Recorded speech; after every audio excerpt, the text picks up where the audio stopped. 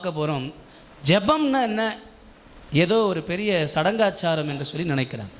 ஜெபம் என்பது ஒரு கிறிஸ்தவனுக்கு வாழ்க்கை. அல்லேலூயா. ஜெபம் என்பது அடையாளம், ஜெபம் என்பது நம்பிக்கை, ஜெபம் என்பது வெற்றி, ஜெபம் என்பது வாழ்வு, ஜெபம் என்பது உயிர், ஜெபம் என்பது மூச்சு, ஜெபம் என்பது தான் அடுத்த நொடி, ஜெபம் என்பது தான் அடுத்த கணம் ஆண்டவர் நமக்கு கொடு. ஜெபம் இல்லையேல் ஜெயமில்லை. ஜெபம் என்று சொல்லுகிற பொழுது ஆண்டவரோடு பேசுகிற ஒன்று தான். அப்போ ஆண்டவரோடு பேசிய ஜெயித்த மாமனிதர்களைத்தான் இன்றைக்கு நம்ம பார்க்க போகிறோம். ஸோ முதலாவதாக உன் ஜெபம் கேட்கப்பட்டது அப்படிங்கிற ஒரு சத்தியத்தை கொர்நேலியு என்கிற ஒரு மனிதருக்கு ஆண்டவர் வெளிப்படுத்துகிறதை நாம் பார்க்க போகிறோம். அப்போஸ்தலர் நடபடிகள் 10ஆம் அதிகாரத்தில் நீங்கள் வருகிற பொழுது இத்தாலியா பட்டாளம் என்கிற பட்டாளத்திலே 100 பேருக்கு தலைவனாயிருந்த அதிபதியாயிருந்த கொர்நேலியு என்கிற ஒரு மனுஷன் செசரியா பட்டணத்தில் இருக்கின்றார். ஆண்டவராகிய கடவுள் யோபுவை குறித்து சொல்லுகிற பொழுது இந்த பூமியில் அவனை போல ஒருவன் இல்லை என்ற சாட்சியை போல இங்கே இத்தாலியா பட்டாளத்தில் இருக்கிற இந்த கொர்நேலியுவை பற்றி ஒரு சாட்சியை பாருங்கள். அவன் தேவ பக்தி உள்ளவன். அல்லேலூயா. இது நீங்கள் அங்கே பார்த்தீங்கன்னா சன்மார்க்கனும் அப்படின்னு இருக்கும். தேவனுக்கு பயந்தவன் யாருங்க? யோபு. கம்பேர் பண்ணி பாருங்க. தன் வீட்டார் அனைவரோடும் தேவனுக்கு பயந்தவனுமாயிருந்து ஜனங்களுக்கு மிகுந்த தர்மங்களை செய்து எப்பொழுதும் தேவனை நோக்கி ஜெபம் கொண்டே இருந்தான். கரங்களை தட்டி கர்த்தருக்கு நன்றி செலுத்தலாம். He always prayed. அதாவது கண்டினியூலி prayed. ப்ரே கண்டினியூலி அப்படின்னு சொல்கிற மாதிரி இந்த இடத்துல எப்பொழுதும் தேவனை நோக்கி ஜெபம் பண்ணி கொண்டிருக்கிற ஒரு மாபெரும் மனிதர் தான் கொர்நேலியு. நிறைய பேர் கொர்நேலியுவே தெரியாது. ஆனால் கொர்நேலியு என்கிற ஒரு மனிதரை குறித்து பாருங்கள். அவருக்கு எப்பொழுதுமே ஜெபம்ங்கிறதுல அங்கே ஒரு டேஷ் போட்டு பார்ப்போம். எப்பொழுதும் ஆண்டவரோட பேசி கொண்டிருப்பார். அல்லேலூயா. நமக்கு உகந்தவர்கள், நமக்கு பிரியமானவர்கள், நம்முடைய கணவனோ மனைவியோ நண்பர்களோ ஒரு மணி நேரம் பேசலை, ஒரு நாள் பேசலைன்னா நம்ம எப்படி ஏக்கத்தோடு இருப்போம், எப்படி கோபத்தோடு இருப்போம் எல்லாம் நமக்கு தெரியும். ஆனால் கொர்நேலியு என்கிற பட்டாளத்திலே வாழ்கிற அந்த 100க்கு அதிபதி எப்பொழுதும் தேவனை நோக்கி ஜெபித்து கொண்டிருக்கிறான். பாருங்கள், நிறைய பேருக்கு சொல்லுவாங்க, நான் ஜெபம் பண்ணினே இருக்கிறேன், ஒரு நாள் எனக்கு நடக்கலை, நான் ஜெபம் பண்ணினே இருக்கிறேன், எனக்கு ஒரு தரிசனம் கிடைக்கல.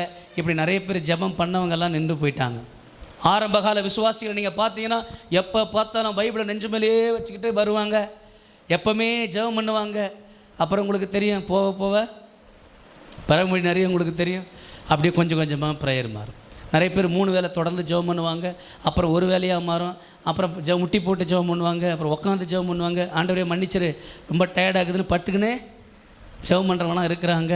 ஆனால் இந்த கொர்நேலியு அப்படியல்ல, எப்பொழுதும் ஆண்டவரை நோக்கி ஜெபம் பண்ணி கொண்டிருக்கிறார்.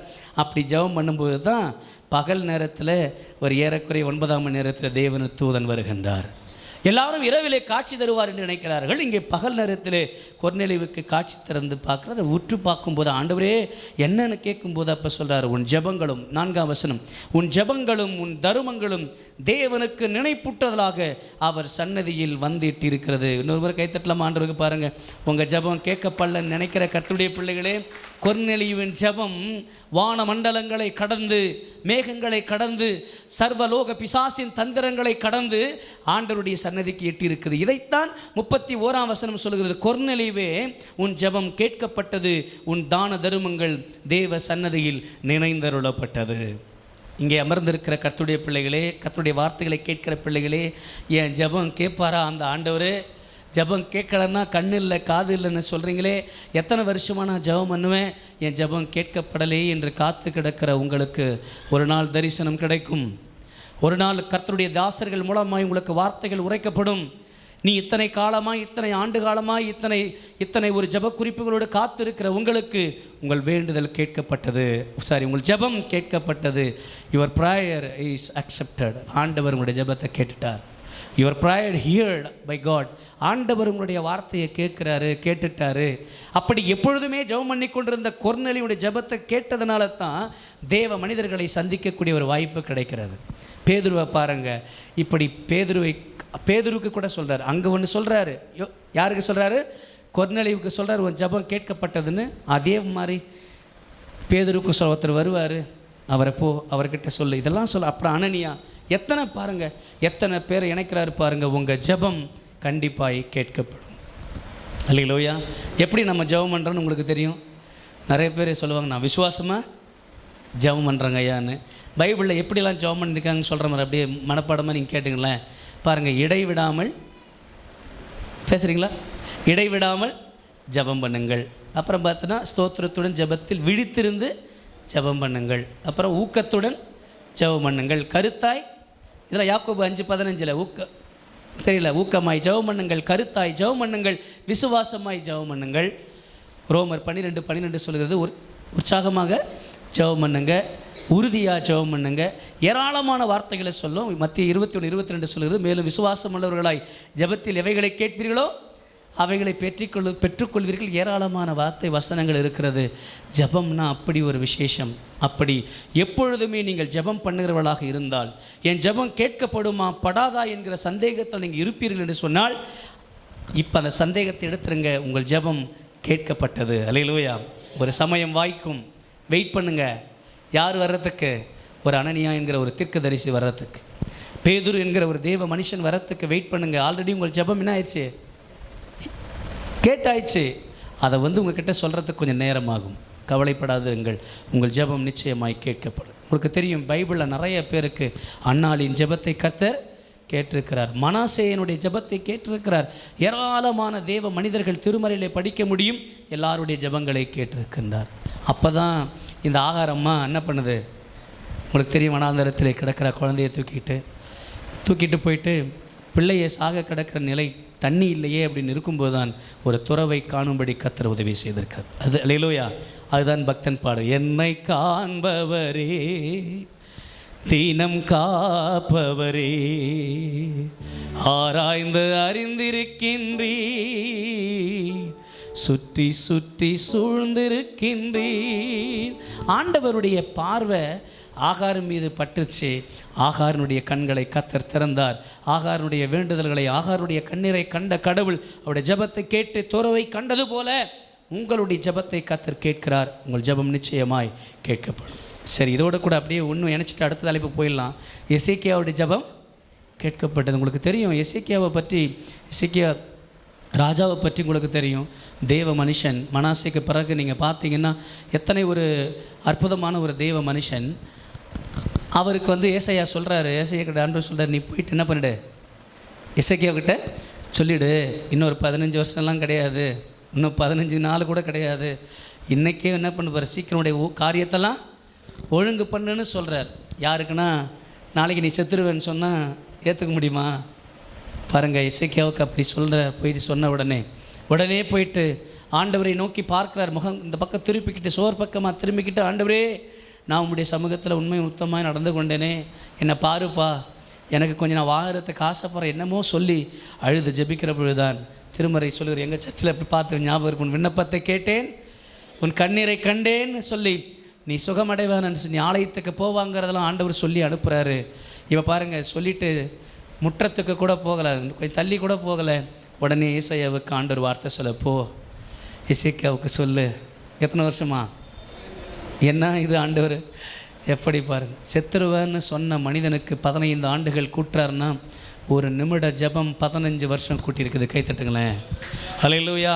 நீங்கள் நினச்சி கூட பார்க்க முடியாது. திருமறையில் எத்தனையோ நீங்கள் பார்த்து, 18 வருஷம் நிமிர முடியாத கூனி, 12 வருஷமாய் பெரும்பாடுள்ள ஒரு ஸ்திரீ, 38 வருஷமாய் ஒரே இடத்துல கிடந்த மனுஷன், 12 வருஷமாய் 12 வயது உள்ள ஒரு சிறுமி, இதெல்லாம் நீங்கள் பார்த்துக்கிட்டே இருப்பீங்க. ஜெபம் கேட்கப்பட்டது. அல்லேலூயா. வருஷங்கள் முக்கியம் அல்ல, உங்கள் வார்த்தை எங்கே கேட்கணும். ஆமாம், நான் அடித்த மணி கடவுளுக்கு கேட்டுச்சோ இல்லையா, கவர்மெண்ட்டுக்கு கேட்டுச்சிடானோ அவர் நகைச்சுவையில். நீங்கள் நினச்சிப்பீங்க, நீங்கள் பண்ணுற ஜெபம் ஐயருக்கு கேட்டுச்சோ இல்லையோ, நீங்கள் பண்ணுற ஜெபம் உங்கள் அப்பா அம்மாவுக்கு கேட்டுச்சோ இல்லையோ, கவலைப்படாதீங்க, நீங்கள் பண்ண ஜெபம் ஆண்டவருக்கு எட்டிருச்சு. மனமனன்னு பண்ணால் கேட்குமா, சத்தமாக பண்ணால் கேட்குமா, அந்நிய பாஷையோடு பண்ண, அதெல்லாம் முக்கியம் கிடையாது. நீங்கள் பண்ண ஜெபம் நேர்மையாக இருந்துச்சுன்னா, நீங்கள் பண்ண அது உகந்ததாக இருந்தால் என்றால் ஆண்டவர் அந்த ஜெபத்தை கர்த்தர் கேட்பார். அல்லேலூயா. இதுதான் உங்களுக்கு தெரியும். சாலமோன் ஜெபம் பண்ணும்போது சொல்கிறாரு, அவருடைய ஜெபம் உகந்த விண்ணப்பமாக இருந்துச்சு. அல்லேலூயா. ஆமாம், எனக்கு காசு பண்ணலாம் முக்கியம் இல்லைப்பா, நீ கொடுக்குற அந்த ராஜ்யத்தை ஆள்றதுக்கு ஞானமுள்ள இதயத்தைத்தான். அப்போ நம்முடைய ஜெபம் நேர்மையாக இருந்தால், நம்முடைய ஜெபம் சரியாக இருந்தால், நம்முடைய ஜெபம் கரெக்டாக அவனுடைய சமூகத்தில் காத்திருந்தால் அந்த ஜெபம் கேட்கப்படும். அந்த ஜெபம் கொர்நேலியுவுக்கு கேட்கப்பட்டது, உங்களுக்கும் கேட்கப்படும். அல்லேலூயா. அப்போ உங்களுடைய ஜெபம் கேட்கப்படும். இரண்டாவதுக்கு போக போகிறோம். இப்போ இரண்டாவது உங்கள் வேண்டுதல் கேட்கப்பட போகிறது.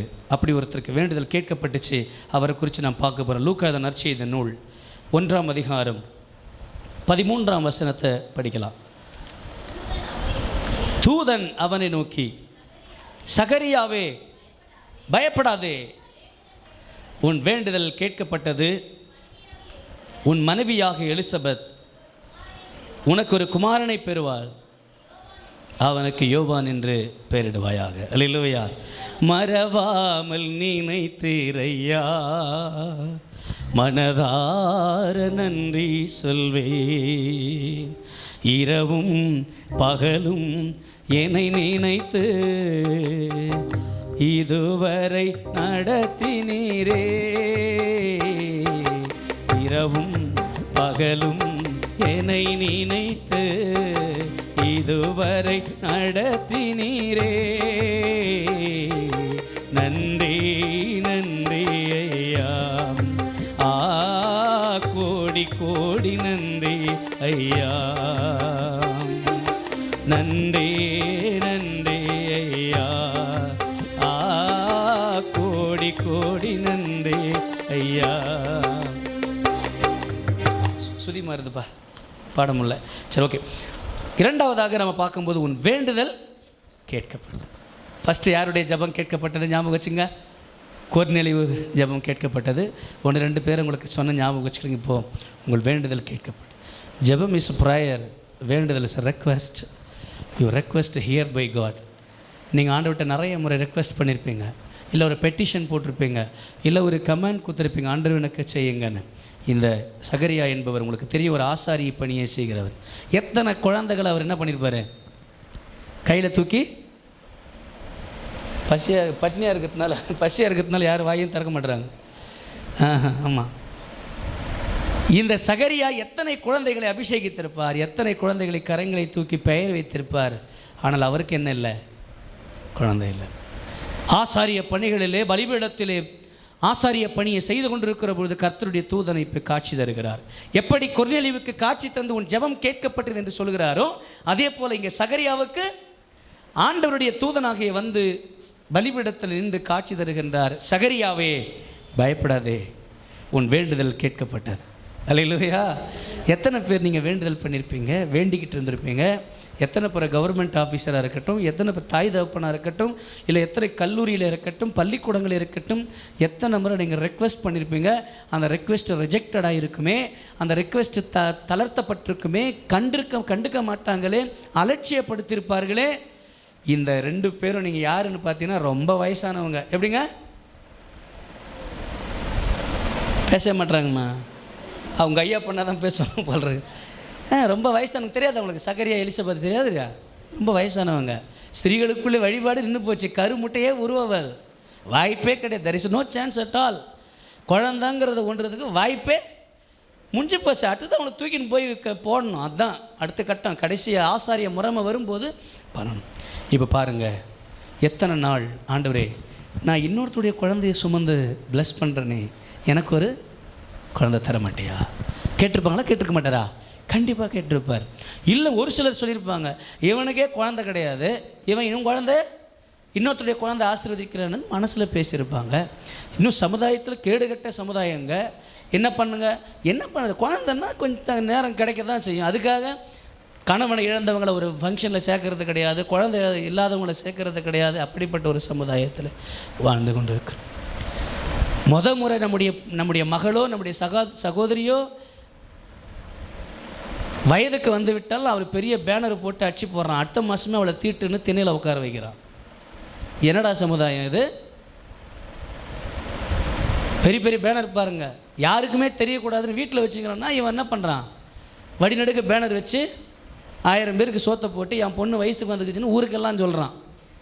இப்படிப்பட்ட காலகட்டங்கள் இருக்கிற நேரங்களிலே என் அன்புக்குரிய கர்த்தருடைய பிள்ளைகளே, எலிசபெத்துங்கிற ஒரு மகளுக்கு ஒரு அற்புதம் நடக்குது. ஏன் நடக்குது தெரியுமா? அதுக்கு ஒரு சாட்சி சொல்லட்டுமா? கன்னி வயிற்றில் எப்படா கடவுள் பிறப்பார், கன்னி வயிற்றில் எப்படி குழந்தை பிறக்கும்னு சொன்னாங்களே, அப்போ அதுக்கு முன் அடையாளமாக தான் எலிசபெத்துக்கு குழந்தையே பிறக்காதியா அவளுக்கு. ஆனால் என்ன பண்ணார்? வச்சார். கைத்தட்டுமே. எப்படா ஒருத்தர் செத்தா எழுந்துக்க முடியும்? 3 நாள் செத்தா, இது 3 நாள் செத்து 3 நாள் பழைப்புன்னு சொல்கிறானே, எப்பட்றா ஆவன்னாரு? பண்ணார் ஆண்டவர். யார? லாசருவை பண்ணாரா இல்லையா? 4 நாள் ஒரு கூட. இதுதான் நம்முடைய அப்பன் செய்து காட்டுகிறவர். ஒன்று நடக்கிறதுக்கு முன்னாடி இன்னொன்று ப்ராக்டிக்கலாக என்ன பண்ணார்? சரி, இதுதான் நம்முடைய ஆண்டவர். யோசித்து பாருங்கள். வாய்ப்பே இல்லை என்ற நிலையில் இருக்கும் பொழுது எத்தனை குழந்தைகளை அபிஷேகித்து, எத்தனை குழந்தைகளை ஆசீர்வதித்த கரங்களிலே எனக்கு ஒரு குழந்தை வர வேண்டும் என்று தேவதூதன் சொல்லுகிற போது சந்தேகப்படுறார். யார்? ஐயோ சாமி இதெல்லாம் ஆகாதுப்பான்றார். அப்படியா? அப்படின்னா வாய அமுசல் ஏதோ சொல்லிச்சுமா. அம்மனை என்ன பண்ணிட்டாருமா? அவரை என்ன பண்ணார்? சகரிய ஊமையாக்கிட்டார். பேச விடாமல் வாயை கட்டி போட்டார். நிறைய பேர் சிங்கத்தின் வாயை கூட என்ன பண்ணுவார்? கட்டி போட சொன்னார். அப்படியா? உன் வாயை கட்டி போடன்னு சொன்னார். எனக்கு அன்பான கர்த்தருடைய பிள்ளைகளே, யோவான் என்கிற யோவான் ஸ்நானன், ஜான் த பேப்டிஸ்ட் இந்த உலகத்தில் பிறக்கிற வரைக்கும் சகரியா என்ன செய்யலைங்க? பேசாதபடி ஊமையாக்கினார் என் ஆண்டவர். எனக்கு அன்பான கர்த்தருடைய பிள்ளைகளே, எத்தனை வருஷமாக கல்யாண நாள் ஆன முதற்கொண்டு இப்படி கடைசியாக வயசாகிற வரைக்கும் எத்தனை வருஷம் இருந்திருக்கும்? அப்ராக்சிமேட்லி சொல்கிறாங்க 50 ஆண்டுகளுக்கு மேலே அப்படின்னு சொல்கிறாங்க. 50 வருஷமாக குழந்தைக்கு கேட்ட வேண்டுதல் எத்தனை வருஷத்தில் கிடைக்குது பாருங்கள். தன்னுடைய வயது முத்திருந்த நேரத்தில் கிடைக்குதே. நீங்கள் சோர்ந்து போவாதீர்கள். எனக்கு அன்பான கர்த்தருடைய பிள்ளைகளை, நாட் ஒன்லி குழந்தைய நான் சொல்லலை, ஒரு வேலை வாய்ப்பாக இருக்கலாம், ஒரு திருமணமாக இருக்கலாம், ஒரு எதிர்காலத்தமாக இருக்கலாம், ஒரு வீடு கட்டுறதா இருக்கலாம், தன்னுடைய பிள்ளைகளுடைய வாழ்க்கையாக இருக்கலாம், எதுவாக இருந்தாலும் சரி. உங்களுக்கு சான்ஸ் இல்லை, வாய்ப்பே இல்லைன்னு சொல்லி ரிஜெக்ட் பண்ணுறாங்களா? கவலைப்படாதீங்க. ஒரு நாள் கர்த்தருடைய தூதன் உங்களுக்கு தரிசனமாவார். தூதனை போன்ற தேவதாசர்கள் உங்களுக்கு தரிசனமாவார்கள். உங்கள் வேண்டுதல் கண்டிப்பாக கேட்கப்படும். சொல்கிறவங்களாம் ஜோர ஒரு கை தட்டுங்களாம் பார்க்கலாம். அல்லேலூயா. உன் கண்ணீரை கண்ட தேவன் உன்னை கலங்காமல் காத்திடுவா.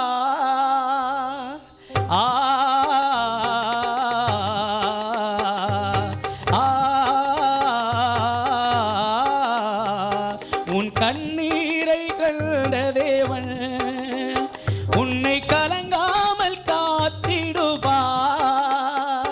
நீ கலங்காதே திகையாதே, நீ கலங்காதே திகையாதே. இயேசு நானே உன் பரிகாரி, ஏழைகளின் உபகாரி. நெஞ்சமே நீ அஞ்சிடாதே. ஓட்டி அடிப்பாங்க. நெஞ்சமே நீ கலங்காதே, தஞ்சமே நீயே சுவண்டை. உன் துன்பங்களில் அஞ்சிடாதே. நெஞ்சமே நீ அஞ்சிடாதே, நெஞ்சமே நீ அஞ்சிடாதே, நெஞ்சமே நீ கலங்காதே. பிரியமானவர்களே, இப்போ பாருங்கள், எலிசபெத்துக்கு என்ன ஆயிடுச்சுங்க? கர்ப்பமாயிட்டாங்க, 6 மாதம் ஆயிடுச்சு. இந்த விஷயத்தை மரியாளுக்கு சொல்லி சந்தோஷப்படுறாரு. உங்கள் ஜெபம் கேட்கப்பட்டது போல் உங்கள் வேண்டுதல் கேட்கப்படும். உங்களுக்கு இன்னும் நிறைய வசனங்களுக்கு சொல்லித்தர முடியும். யாபேசை பற்றி உங்களுக்கு தெரியும். தன் தாய் துக்கத்தோடு பெற்றெடுத்ததுனால, ஐயோ நான் பிறந்த காரணத்தை நானே அறியும் முன்னே நீ வந்து பிறந்தாயடா என்று கவிஞன் எழுதுகிறான். இன்றைக்கி நிறைய பேர் யோசிப்பீங்க, எனக்கே இன்னும் வாழ்க்கை செட் ஆகலை, நாங்களே கணவன் மனைவி புரிஞ்சிக்கல, எங்களுக்கே வீடு இல்லை, நீ வந்து பிறந்தாயடா, வேணான்னு சொன்ன நீ வந்து பிறந்தட்டன். எத்தனை குடும்பங்களில் பிள்ளைகளை பெற்றெடுத்ததுக்காக வேதனைப்படுறாங்க தெரியுமா? அப்படி வேதனையோடு பெற்றெடுத்த, துக்கத்தோடு பெற்றெடுத்த ஒரு காரணத்துக்காக அவள் அம்மா யாபேசுன்னு பேர் வைக்கிறார். உங்களை அப்படி சொல்லியிருக்கிறாங்களா யாராச்சும்? ஏன் தான் என் வயிற்றில் வந்து நீ பிறந்தன்னு உங்களை திட்டிருக்காங்களா? இது வந்து பிறந்துச்சு பாருன்னு சொல்லியிருக்கிறாங்களா? சபிச்சிருக்காங்களா? கவலைப்படாதீங்க, நீங்கள் தான் உங்கள் அம்மா அப்பாவுக்கு சோறு போட போகிறீங்க. அல்லேலூயா. யார் உங்களை நிராகரிக்கிறார்களோ, யார் உங்களை உங்களை நெக்லெக்ட் பண்ணுறாங்களோ, அந்த இடத்துல கர்த்தர் உங்களை பயன்படுத்துவார். தோஸ் ஹூ ரிஜெக்டட் யூ, அல்ல யார் உங்களை வெறுத்து தள்ளுறாங்களோ அவங்க உங்ககிட்ட வந்து சமாதானமாகும்படி செய்வார் ஆண்டவர். அல்லேலூயா. இவன் யாபேஸ் சொல்கிற, ஆண்டவரே என் எல்லையை பெரிதாக்கு, என் வேண்டுதலை கேளு அப்படின்னு ஒரு ரெக்வஸ்ட்டை சொல்கிறார். சொன்ன உடனே அடுத்த கணம் ஒரு 3-4 வசனம் தான் அவரை பற்றி கீழவே இருக்கிறது. யாபேஸ் கர்த்தரை வேண்டிக் கொண்டபடியே கர்த்தர் அருளினார். கை தட்டலாமா? அதுதான் 1 நாளாகவும் 4:10 சொல்லுது, கர்த்தர் யாபேஸ் கர்த்தருடைய வேண்டிக் கொண்டான், அவன் வேண்டிக் கொண்டதை தேவன் அருளினார். ஆண்டவர் உங்களுடைய வேண்டுதல் அறிவார். ஒருவேளை இவ்வளோ கொண்டு வந்து கட்டிட்டோமேன்னு நினைக்கிறாங்களா? உங்கள் வீட்டுக்கார யாராவது சொல்கிறாங்களா? உங்கள் மனைவி யாருன்னா உன்னை போய் கட்டிக்க நம்பர் அப்படின்னு யாருன்னா உங்களை திட்டுறாங்களா? கவலைப்படாதீங்க, உங்கள் வேண்டுதல் கேட்கப்பட்டது. நீ எதற்காக கஷ்டப்பட்டாயோ, எந்த நோக்கத்தோடு இந்த உலகத்தில் வாழ்ந்து கொண்டிருக்கிறாயோ, இவ்வளவு காலம் நீ வேண்டிக் கொண்டது வீணா போச்சு நினைக்காதீங்க. கர்த்தர் உங்களை ஜெபத்தை கேட்பார். அல்லேலூயா. எப்போது எப்போதுன்னு காத்து கிடந்த மனசு சத்தியத்தை பித்து பிடிச்சி தேடுன அந்த உசுறு, எப்போது எப்போதுன்னு காத்து கிடந்த மனசு சத்தியத்தை பித்து பிடிச்சி தேடுன அந்த உசுறு, நான் ஜெபிச்ச ஜெபமெல்லாம் வீணா போகவில்லை, நான் ஜெபிச்ச ஜெபமெல்லாம் வீணா போகவில்லை, நான் ஜெபிச்ச ஜெபமெல்லாம் வீணா போகவில்லை, நான் விதைச்ச விதையெல்லாம் தரிசா மாறவில்லை. எப்போது எப்போதுன்னு காத்து கிடந்த மனசு சத்தியத்தை பித்து பிடிச்சு தேடுற அந்த உசுறு,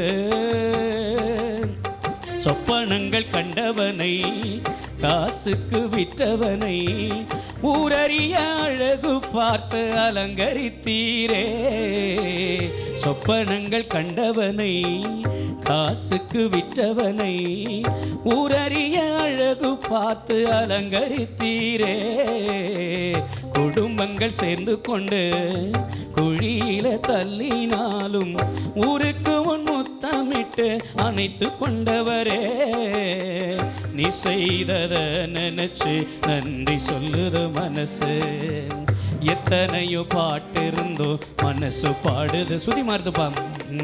நீ செய்தத நினைச்சு நன்றி சொல்லுது மனசு, எத்தனையோ பாட்டு இருந்தோ மனசு பாடுது புதுசு, எப்போது எப்போதுன்னு காத்து கிடந்த மனசு சத்தியத்தை பித்து பிடிச்சி தேடுற அந்த உசுறு, நான் ஜெபிச்ச ஜெபமெல்லாம் சுதி கூட பிடிக்காதீப்பா, நான் ஜெபிச்ச ஜெபம் எல்லாம் வீணா போச்சே ஆண்டவரே, நான் விதைச்ச விதை தரிசமாக போச்சு நீங்கள் நினைக்கிறீங்களா? இத்தனை வருஷமாக நான் பண்ண ஜெபம் வீணாக போச்சு நினைக்கிறீங்களா? கவலைப்படாதீங்க. அப்படி நீங்கள் யோசிச்சுட்ருக்கீங்க. ஒரு நாளும் நீங்கள் விதைச்ச விதை, நீங்கள் ஜெபிச்ச ஜெபம் வீணாக போகவே போகாது. அல்லேலூயா. அதுதான் சகரியாவின் வாழ்க்கையிலே கர்த்தர் செய்திருக்கிறார். எத்தனை நாளைக்கு தான் ஜெபம் பண்ணுறது? நிறைய பேருக்கு ஈகோ, சாரி மன்னிக்கணும், ஒரு நெகட்டிவாக எதிர்மறையான சத்தியங்களை சொல்லும்போது விடு ஜெபம் பண்ணி என்ன ஆக போகுதுன்னு சொல்லுவாங்க. நீ போட்ட விதை ஒரு நாள் முளைக்கும். விதை முளைக்கணுன்னா விதை சாகணும், அப்படி தானேங்க? ஆமாம், மக்கணும். அதுக்கு தான் நாங்கள் அடிக்கடி சொல்லுவேன், இன்றைக்கி போட்ட தூக்கி போட்ட குப்பை வேணான்னு தூக்கின்னு போய் கொட்டின சாணம் எரு எதுவானா இருக்கட்டும், அதுதான் கொஞ்ச நாள் கழிச்சு நிலத்துக்கு உரமாக மாறும். மர கிளைகளெல்லாம் நீங்கள் பார்ப்பீங்க, வெட்டி கழிச்சு வேணா போட்டிருப்பாங்க, அதுதான் உரமாக மாறும். ஒருவேளை உங்களை வெட்டி போட்டிருக்காங்களா, இல்லை தூக்கி எறிஞ்சிருக்கிறாங்களா, நீங்கள் தான் அந்த உலகத்துக்கு உரம். அல்லேலூயா. இன்றைய குப்பை நாளைய உரம், இன்றைய செய்தி நாளைய வரலாறு. ஆமாம், நீ யோசிச்சுனுங்கிறீங்க. இன்றைய ஜெபம் நாளைய ஜெயம், அதை மனசில் வச்சுக்கிடுங்க. அப்போ வேண்டுதல் கேட்கப்பட்டிருக்கிறது. ஒரு நாள் வரைக்கும் நம்ம நிறைய பேர் நீங்கள் பார்ப்பீங்க, ஜன்னலில் வீட்டில் ஜன்னல்லாம் பார்த்தீங்கன்னா 10,000 ரூபா கொடுத்து ஜன்னல் வாங்கி வச்சுருக்கிறேன் என் வீட்டில். என் அம்மா புளியை கரைச்சி அப்படி புழிஞ்சிட்டு என்ன பண்ணுறது, தூக்கி அடிக்கிறது. அது கரேல்னு ஆகிட்டுக்குது. ஏண்டி 10,000 ரூபா கொடுத்து உனக்கு ஜன்னல் வாங்கி வச்சுக்கிறேன், கண்ணாடி போட்டு வச்சுக்கிறேன் அப்படின்னு பார்த்துனே அந்த ஒன்றும் சொல்கிற மாதிரி என்ன பண்ண, ஒரு ஜல்லடை வாங்கிட்டு வந்து கொசு நீ சமைக்கும் போது என்ன பண்ணக்கூடாது, கொசு கடிக்கூடாதுனால கொசு வேலையை கொண்டு வந்து வச்சிட்டேன். இப்போ அடிக்க முடியுமா?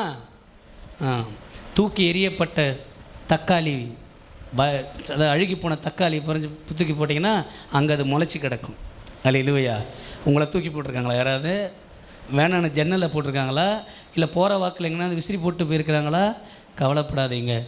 நீ ஆண்டவர் விதைச்ச விதை எங்கன்னா கொண்டு போய் மரமாக நிற்கும், அது விழுதாக மாறும், அது நிழலாக நிற்கும், செடியாக நிற்கும்.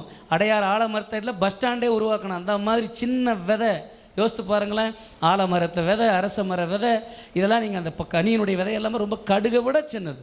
அது எவ்வளோ பெரிய மரம் இருக்குது. உங்களுக்கு ஒரு கதை தெரியும், சின்ன வயசில் அரச மரத்தடியில் ஒருத்தர் என்ன பண்ணியிருந்தாரான், படுத்து தூங்கிட்டு இருந்தாரான். திடீர்னு நெத்தியில் தெரியாதா, திடீர்னு நெத்தில் அந்த விதை வந்து ஊந்த ஒன்று ஐயோயோன்னு அலறி எழுந்துச்சுட்டாரான்.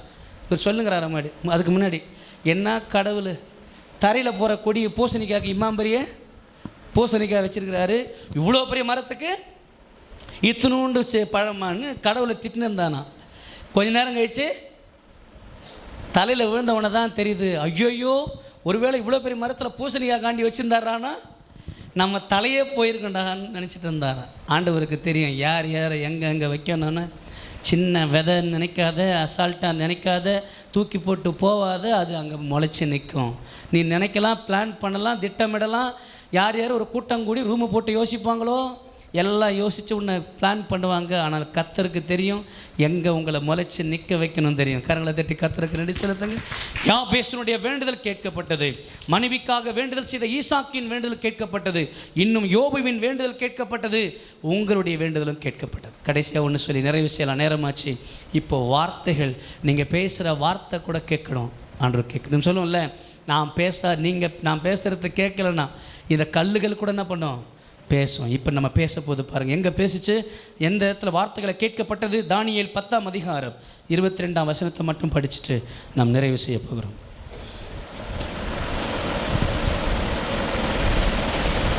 தானியேல் 10:12. அப்பொழுது அவன் தானியேலே, இங்கே ஒரு தூதன் பாருங்க, பயப்படாதே, நீ அறிவை அடைகிறதற்கும் உன்னை தேவனுக்கு முன்பாக சிறுமைப்படுத்துகிறதற்கும் உன் மனதை செலுத்தின முதல் நாள் துவக்கி உன் வார்த்தைகள் கேட்கப்பட்டது. கைத்தட்டி ஜோராக, your word is hear by God. அல்லேலூயா. நான் வேண்டிக் கொள்வதெல்லாம் என் வாழ்வில் தருகிறீர், நான் நினைப்பதற்கு மேலாய் என்னை ஆசீர்வதிக்கிறீர். நான் தலை குனிந்த போது என்னோடு கூட வந்தீர், நான் குனிந்த இடத்திலே எந்த தலையை உயர்த்தினீர். எந்த இடத்துல தலை குனிந்து நின்றோம் அங்கே உயரை செய்த ஆண்டவர். இங்கே தானியேலை குறித்த செய்தி 2-3-5 நிமிடங்களுக்குள்ளே நான் முடிக்க போகிறேன் பாருங்க. இப்போ தானியேலுக்கு தரிசனமாகிறார். பாபிலோன் தேசத்திலிருந்து எருசலேம் தேசத்திலிருந்து பாபிலோனுக்கு அடிமைகளாக கொண்டு வரப்பட்ட மிக முக்கியமான வாலிபர்களில் ஒருவர் தான் தானியேல். சும்மா சாதாரணமான ஆளுகளை கூட்டின்னு வரல, ஞானத்தில், அறிவில், கல்வி அறிவில், மறைபொருள்களை, புதைப்பொருள்களை, அரும்பொருள்களை அறிவிக்கக்கூடிய மிகப்பெரிய ஒரு ஞானம் படைத்தவர் தானியேல். அந்த தானியேலை கர்த்தர் அழைத்து வருகிறார். பாருங்கள், அந்த இடங்கள்லாம் நீங்கள் பார்க்க முடியும். கிட்டத்தட்ட 4 ராஜா கிட்ட வேலை பார்த்தவர் இவர். நிபுகாத் நேச்சர், பில்தசாத்சார், தரியு ராஜா, கோரேஸ் ராஜா என்ற 4 ராஜாக்களிடத்தில் பணி செய்தவர். இவரை தூக்கிறதுக்கு, இவருக்கு அடிக்கிறதுக்கு, இவரை சிங்கக்கபில போடுறதுக்கு, இன்னும் சாத்ராக் மேஷக் ஆபேத்துங்கிற இவர் கூட வந்தவங்களை கொண்டு வந்து அக்கினி சூளையிலே போடுறதுக்கு என்ன பிளானு. தேசாதிபதிகள், அங்கே இருக்கிற தலைவர்கள்லாம் சும்மா எப்படா இவனை கொண்டு வந்து முன் நிறுத்திடுவாங்கன்னு எவ்வளோ பிளான் பண்ணுறாங்க. ஆனால் பாருங்கள், அந்த தேசத்தில், பாபிலோன் தேசத்தில் எவ்வளோ அறிஞர்கள் இருந்திருக்கலாம். ஆனால் அவர்களை காட்டிலும் ஒரு மனிதரை கொண்டு வருகிறார். அவர் தான் இது. 21 நாள் பாஸ்டிங் இருக்கிறார். அதனால தான் இந்த செய்தி உங்களுக்கு சொல்கிறேன். 3 வாரங்களில் பாஸ்டிங் இருக்கிற தானியேல் அங்கே இருக்கும்போது சொல்கிறார், நிறைய வார்த்தைகளை ராஜாக்களுக்கு மனசில், சொப்பனத்தில், திட்டங்களை எப்படி செயல்படுத்துவதற்கு, ஆண்டவர் சொன்ன வார்த்தை எப்படி விவரிப்பதற்கென்று அவர் ஜபத்தோடு காத்திருக்கிற நேரத்தில் தான் இங்கே தூதன் வருகிறார். பயப்படாதே தானியேலே, இன்னும் நீங்கள் முன்னாடி பார்த்தா பிரியமானவனே இல்லை, ஐ பிளவட்னு சொல்கிறாரு. நீ அறிவை அடைவதற்கும் உன்னை தேவனுக்கு முன்பாக சிறுமைப்படுத்துகிற இந்த 21 நாளுக்கு செலுத்துகிற முதல் நாள் துவக்கும் பொழுதே உன் வேண்டுதல், உன் வார்த்தைகள். அல்லேலூயா. நம்மலாம் என்ன பண்ணோன்னா, அந்த நாள் முடிஞ்ச பிறகு 21 நாள் ஜெபம் பண்ணுறோம். கர்த்தர் 21ஆவது நாள் கொடுத்தா போதும் நம்ம நினச்சிக்கிட்டு இருக்கிறோம். ஆனால் இங்கே தானியேலுக்கு சொல்கிறாரு, நீ ஜெபம் பண்ண பற்றியா, first day, on the first day உன்னுடைய ஜெபம், உன்னுடைய வேண்டுதல், உன் வார்த்தைகள் கேட்கப்பட்டது. அல்லேலூயா. தரிசனம் தெரியலையா, கண்ட சொப்பனம் தெரியலையா, இல்லை இல்லை உங்களுக்காக எதிர்க்க வைக்கப்பட்டிருக்கின்ற தரிசனத்துக்கு பொருள் தெரியலையா, நீங்கள் ஜெபித்த ஜெபம் கேட்கப்பட்டிருக்கிறது, உங்கள் வேண்டுதல் கேட்கப்பட்டிருக்கிறது. இப்போ உங்கள் வார்த்தைகள் கேட்கப்பட்டிருக்கிறது. அந்த வாயின் வார்த்தைகளை கர்த்தர் கேட்கிற உங்களுக்கு தெரியும். சங்கீதக்காரன் 48ஆம் சங்கீதங்களிலே, என் கண்மலையும் மின்பெரும் ஆகிய கர்த்தாவே, என் வாயின் வார்த்தைகளும் என் இருதயத்தின் தியானமும் உம் சமூகத்தில் பிரதியாயிருப்பது என்று சொல்லுகிறானே. பேதுரு அப்போஸ்தலன் வளைய காணா ஒரு கல்யாணத்தில் என்ன இல்லை, திராட்சை ரசம் இல்லை. அவர் என்ன சொல்கிறாரோ அதை அந்த வார்த்தை சொல்கிறேன். அப்போ உங்களுடைய வார்த்தையும் என்னுடைய வார்த்தையும் கேட்கப்படுவதற்கு ஒன்றுதான் உண்டு. நம்முடைய வார்த்தை கேட்கப்பட்டது.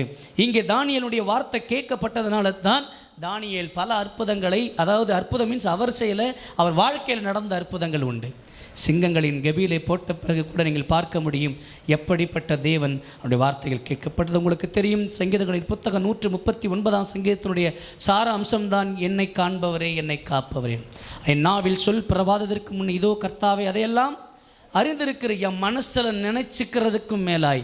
அதுதான் தெரியும் உங்களுக்கு. மத்தேயு 6:8 நீங்கள் பார்க்கும்போது உன் பிதாவை நோக்கி வேண்டிக் கொள்வதற்கு முன்னமே இதோ உன் தேவைகளெல்லாம் கர்த்தர் அறிந்திருக்கின்றார். இன்னும் ஏசாயா 65:24 போனீங்கன்னா அவர்கள் கூப்பிடுவதற்கு முன்னவே மறு உத்தரவு கொடுக்கிறார். அவங்க பேசும்போதே நான் கேட்பேன் ஆண்டவர் சொல்கிறாரே.